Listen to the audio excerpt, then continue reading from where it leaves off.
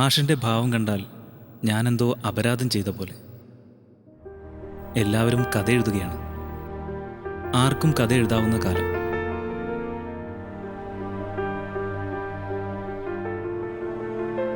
നിർബന്ധങ്ങൾക്ക് വഴങ്ങി ഈ കടലാസിൻ്റെ മുമ്പിൽ ഒരു വിഡ്ഢിയായി ഞാൻ ഇരിക്കാൻ തുടങ്ങിയിട്ട് ഇപ്പോഴത്തേക്ക് ഇത് 20 മിനിറ്റ്. ഞാൻ ഒരുപാട് കഥകൾ വായിക്കാറുണ്ട്. അതുകൊണ്ടാവാം ഒരു മത്സരത്തിനായി ഈ പ്ലേ ക്ലാസ്സിൽ വന്നിരിക്കാൻ പലരും എന്നെ നിർബന്ധിച്ചത്. 1 മണിക്കൂർ കൊണ്ട് എഴുതി തീർക്കണം ഒരു കഥ. വിഷയം ആത്മകഥാംശം.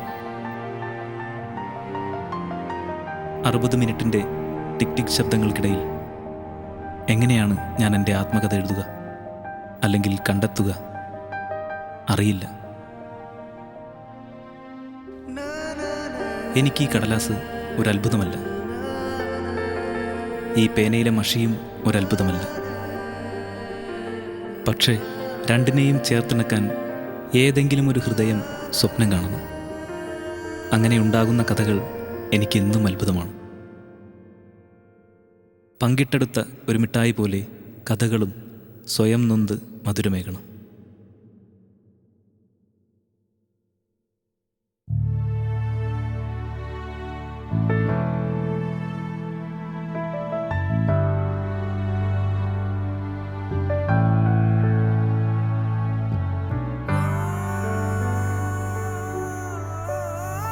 വർഷങ്ങൾക്ക് മുമ്പ് അതിരാണിപ്പറമ്പിൻ്റെ പച്ചവിരിപ്പിലൂടെ ഞാനെന്ന 7 വയസ്സുകാരൻ അന്ന് ഓടുകയായിരുന്നു.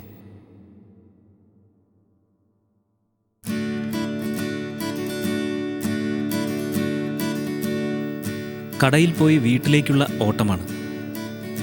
വേഗമെത്തിയേ പറ്റൂ. ചീനച്ചട്ടി അടുപ്പത്ത് വെച്ചതിന് ശേഷമാണ് വെളിച്ചെണ്ണ തീർന്ന കാര്യം അമ്മയുടെ ശ്രദ്ധയിൽപ്പെട്ടത്.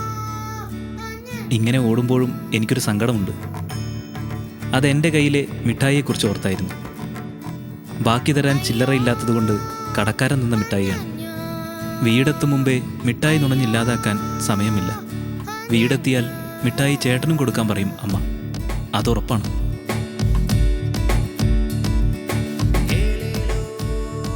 എന്നാൽ ചേട്ടനൊരു മിഠായി കിട്ടിയാൽ അത് അവൻ കഴിക്കട്ടെ എന്ന് പറയും.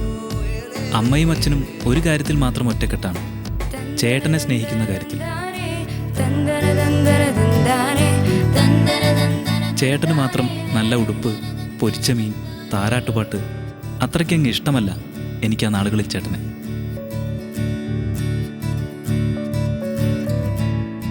വേറെ വഴിയില്ല. അമ്മയോട് ഞാനൊരു കള്ളം പറയാൻ തീരുമാനിച്ചു.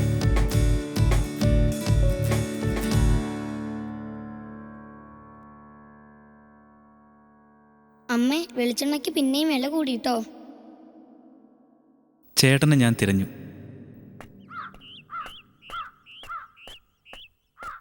ആളെന്തോ ജോലി തിരക്കില്ല. ഇതാണ് പറ്റിയ നേരം.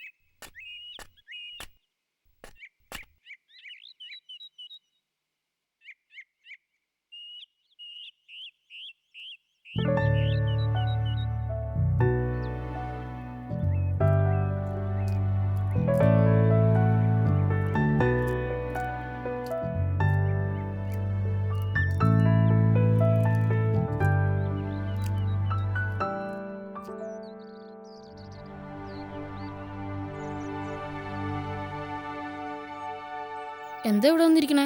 ചുമ്മാ. എൻ്റെ പുഞ്ചിരിയിലും മാറ്റിപ്പിടിച്ച കയ്യിലും കള്ളമുണ്ടായിരുന്നു. ചേട്ടൻ്റെ കയ്യിൽ സത്യവും. 2-3 ദിവസം ഞാൻ ഇത് പണിയുന്നു. എങ്ങനെയുണ്ട്? ആ, കൊള്ളാം. നിനക്ക് വേണ്ടി ഉണ്ടാക്കിയതാ.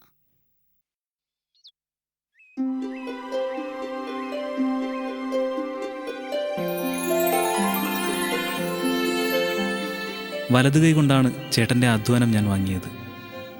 അന്നേരം ആ കണ്ണുകളിൽ സ്നേഹം നിറയുന്നത് ഞാൻ കണ്ടു. ഇടതുകൈ നീട്ടാൻ ഞാൻ ഏറെ താമസിച്ചില്ല.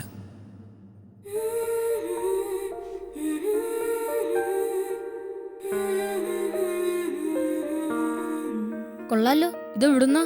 ബാക്കിക്ക് പകരം കിട്ടിയതാ കടേന്ന്.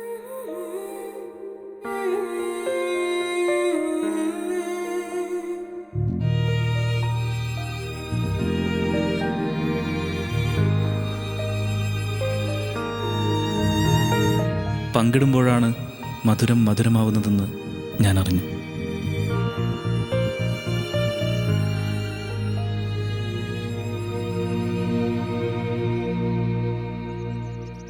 ചേട്ടൻ എനിക്ക് മറ്റൊരു മധുരം കൂടി തന്നു.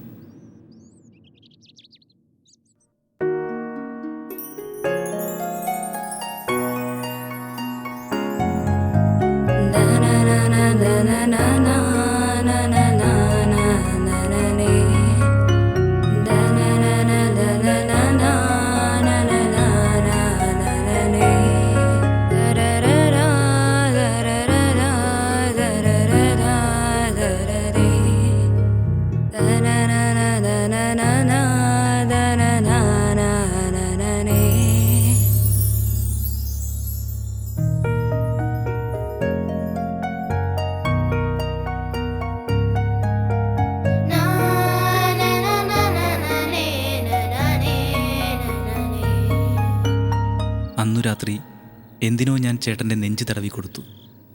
ഏറെ നേരം ഞാനത് തുടർന്നു. ഇഷ്ടമാവുകയായിരുന്നു എനിക്കെൻ്റെ ചേട്ടായിയെ. പിന്നീടാണ് എനിക്ക് മനസ്സിലായത് അച്ഛനും അമ്മയും എന്തിനാണ് എന്നെക്കാളും ചേട്ടായിയെ സ്നേഹിച്ചതെന്ന്. ചേട്ടായി ഒരു അസുഖക്കാരനായിരുന്നു. കരഞ്ഞുകൊണ്ടാണ് അമ്മ പറഞ്ഞത് എൻ്റെ ചേട്ടായി നക്ഷത്രങ്ങളുടെ ലോകത്തിലേക്ക് യാത്ര പോയെന്ന്.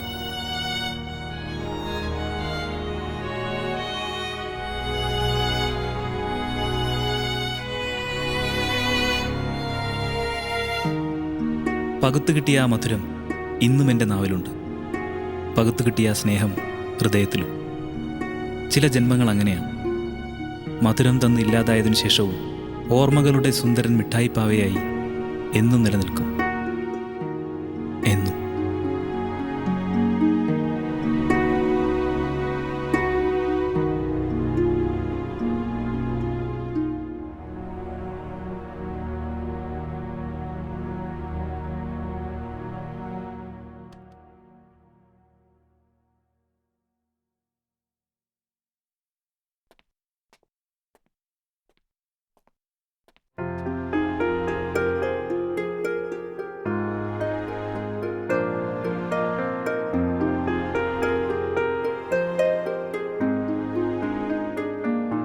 ഞാൻ ഇങ്ങനെ കൂടി എഴുതണമായിരുന്നു. മരണം അതൊരത്ഭുതമാണ്. അത് മനുഷ്യനെ അനശ്വരനാക്കുന്നു. കാരണം ആ 12 വയസ്സുകാരൻ പയ്യനാണല്ലോ ഇന്നും എൻ്റെ ചേട്ടായി. ജീവിതത്തിൽ ഒറ്റപ്പെടുമ്പോഴൊക്കെ ഞാൻ ആലോചിക്കാറുണ്ട്. ആ മരച്ചില്ലയിൽ ചെറിയൊരിടം ബാക്കി വെച്ച് എന്നിലെ ആ കുട്ടി പതിവായി കരയാറുണ്ട്, കാത്തിരിക്കാറുണ്ട്.